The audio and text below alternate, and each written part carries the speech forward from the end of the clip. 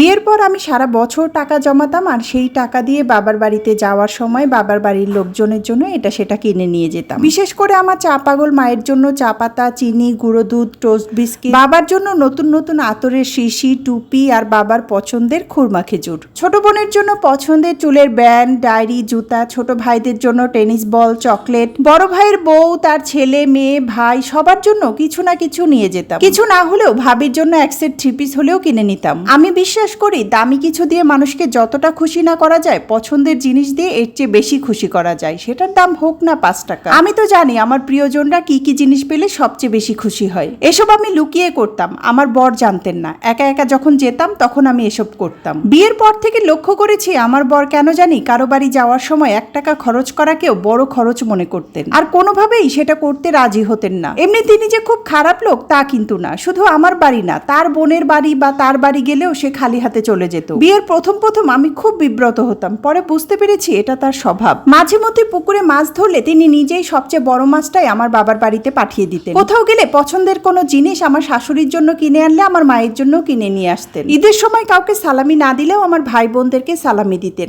আবার আমার বাবার বাড়ি থেকে কেউ আসলেও কখনো আন্তরিকতার কমতি থাকতো না। বাবার বাড়ি কাছে হলেও আমার খুব একটা যাওয়া হতো না, আমার বাবার বাড়ির লোকজনই আসতো। আমার একার সংসার, মেয়ে বড় হচ্ছে, স্কুলে পড়ে, নানার বাড়ি গিয়ে বেড়ানোর সময় নেই। আবার 2টো বাচ্চা, তাদেরকে নিয়ে রাতে কোথাও থাকাও যায় না, সারাক্ষণ দুষ্টুমি করে। 2-1 ঘন্টার জন্য যখন যাই তখনও আশ্চর্যের ব্যাপার, লোকটা 1 প্যাকেট বিস্কুটও সাথে নেন না। আমার লজ্জায় মরে যেতে ইচ্ছে করে। ভাইয়ের ছেলে মেয়ে যখন জানলা দিয়ে আমাকে দেখে ফুপু ফুপু করে ছুটে আসে, আমার চেহারা লজ্জায় লাল হয়ে যায়। আমি নিজের অনুভূতিগুলো আড়াল করে মিথ্যে করে বলি, একটানে রিক্সা চলে এসেছে, পথে একটা দোকানও খোলা পাইনি। ছোট বোনটাকে বলি, যা তো পাড়ার ভরির দোকান থেকে 1 প্যাকেট অ্যাপেল বিস্কুট নিয়ে আয়। ছোট বোনটা ছো মেরে আমার হাতে চকচকে 100 টাকার নোটটা নিয়ে বিস্কুট আনতে চলে যায়। আমি টাকাটার দিকে তাকিয়ে থাকি। এই 100 টাকা জমাতে আমার অনেক কষ্ট হয়। সংসারের খরচ থেকে 1 টাকা 2 টাকা করে অনেক দিন ধরে আমি এই টাকাটা জমাই। কিন্তু সেই কষ্টের টাকা দিয়ে যখন পাইনাপেল বিস্কুট এনে সবাই মিলে কারাকারি করে খায়, তখন আমার কাছে খুব আনন্দ লাগে। বাবার বাড়ি যাওয়ার সময় আমি প্রায়ই ঠোঁটের কাছে নিয়ে যাই কথাটা, বাচ্চাদের জন্য চলেন 1 প্যাকেট বিস্কুট নিয়ে যাই।